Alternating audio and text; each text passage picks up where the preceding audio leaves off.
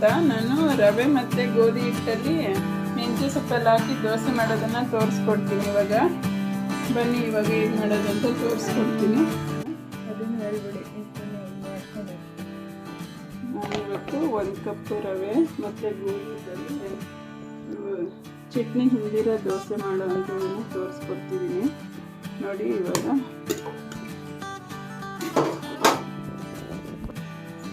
ಗೋಧಿ ಹಿಟ್ಟು ಮತ್ತು ಚಿರೋಟಿ ರವೆ ದೋಸೆ ಮಾಡ್ತೀನಿ. ಚಟ್ನಿ ಏನು ಬೇಡ, ಹಾಗೆ ಒಂದರಲ್ಲೇ 2 ಮಗದ ದೋಸೆನ ತೋರಿಸ್ಕೊಡ್ತೀನಿ. ನಾನು ಅಷ್ಟೇ ಹಾಕ್ತೀನಿ, ಸ್ವಲ್ಪ ಜೀರಿಗೆ ಹಾಕ್ತೀನಿ,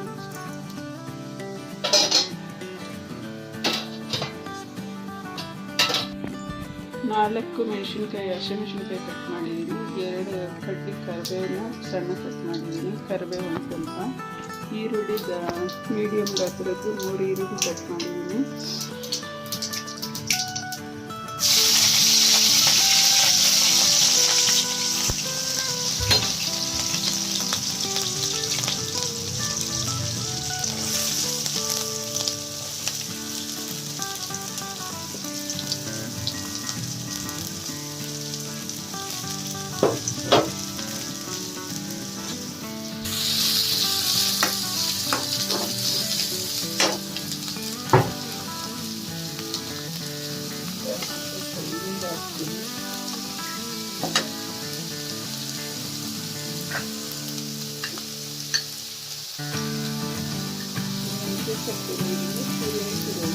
ಅರಿಶಿನ ಪುಡಿ ಹಾಕ್ತೀನಿ,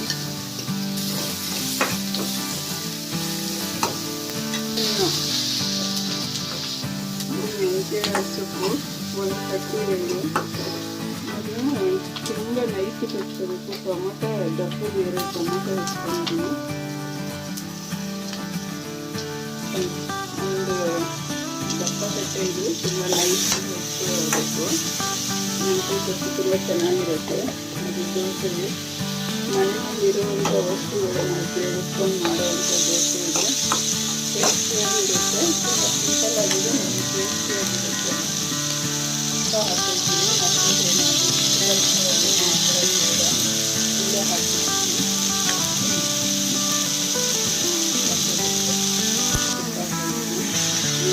ಚೆನ್ನಾಗಿ ಫ್ರೈ ಆಗಬೇಕಾಗಿಲ್ಲ, ಚೆನ್ನಾಗಾದರೆ ಸಾಕು.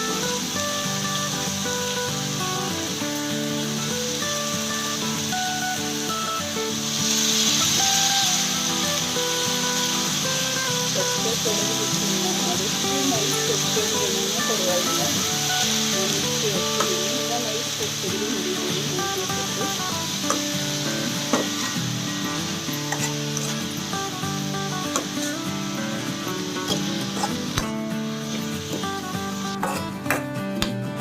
ಮಿಕ್ಸರ್ಗೆ ಏನು ಮಾಡ್ತೀನಿ ಅಂದರೆ ವಿಡಿಯೋ ಮಾಡ್ತೀನಿ ನಾನು, ಅಷ್ಟೇ ನನ್ನ ಕೆಲಸ.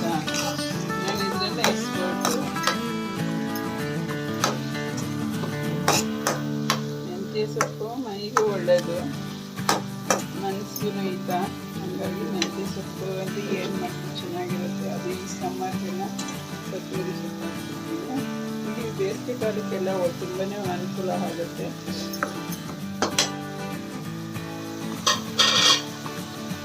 ಅದು ಸೊಪ್ಪು ಬೇಕಾಗಿ ಇವಾಗ ಒಂದು ಪಾತ್ರೆಗೆ 1 ಕಪ್ ರವೆ ಹಾಕ್ತಾಯಿದ್ದೀನಿ, ಚಿರೋಟಿ ರವೆ ಇದು, 1 ಕಪ್ ಗೋಧಿ ಹಿಟ್ಟು ಹಾಕ್ತಾಯಿದ್ದೀನಿ. ಮತ್ತೆ ಎಷ್ಟಾದರೂ ಹಾಕ್ಬೋದು, ಇಷ್ಟು ಏನಿಲ್ಲ. ನಾನು 4 ಜನ ಇದ್ದೀವಿ, ಅದಕ್ಕೆ ಇಷ್ಟಕ್ಕೆ ಹಾಕ್ತಾಯಿದ್ದೀನಿ. ಇದು ರವೆ ಮತ್ತು ಹಸಿಟ್ಟು ಒಂದೇ ಥರ ಮಿಕ್ಸ್ ಮಾಡ್ಕೊಬಿಟ್ಟು ಕಲಿಸ್ಬೇಕು. ಸ್ವಲ್ಪ ನೀರು ಹಾಕಿ ಕಲಿಸ್ಬೇಕು.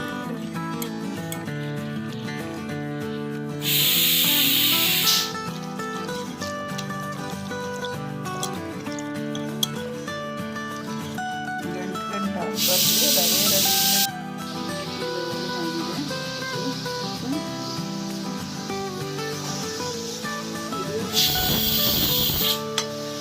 ಮೆಂತ್ಯ ಸೊಪ್ಪು ನೀರೆಲ್ಲ ಫ್ರೈ ಆಗಬೇಕು, ಇಲ್ಲಾಂದರೆ ಕಡ್ಡಿ ಬರುತ್ತೆ.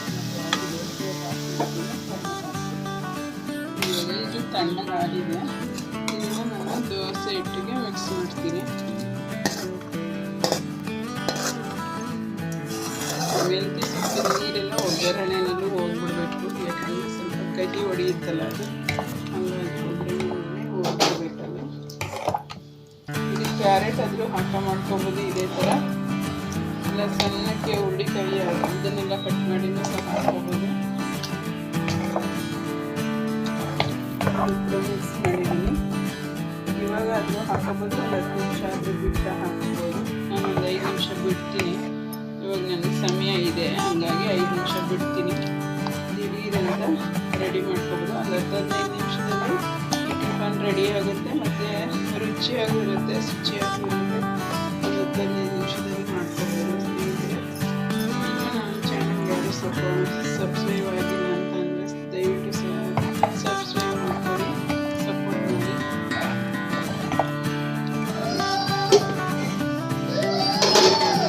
ನಾನೊಂದು ಹಾಫ್ ಆನ್ ಅವರೇ ಬಿಟ್ಟಿದ್ದೀನಿ. ಟೈಮಿಂಗ್ ಅಷ್ಟೊಂದು ಬಿಡಬೇಕಂತ ಏನಿಲ್ಲ, ಮಿಕ್ಸ್ ಮಾಡಿ ಹಂಗೇನೂ ಮಾಡ್ಬೋದು, ಅಥವಾ ಒಂದು 10 ನಿಮಿಷ ಬಿಡ್ಬೋದು. ನಾನೊಂದು ಅರ್ಧ ಗಂಟೆ ಬಿಟ್ಟಿದ್ದೆ, ಸಮಯ ಇತ್ತು ಅಂತ.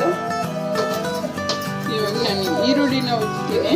ನಾನ್ ಸ್ಟಿಕ್ ತವಾಗೆ ಚೆನ್ನಾಗಿ ಬರುತ್ತೆ ಅಂದ್ಬಿಟ್ಟು ಈರುಳ್ಳಿ ಉಜ್ಕೊಳ್ತೀನಿ.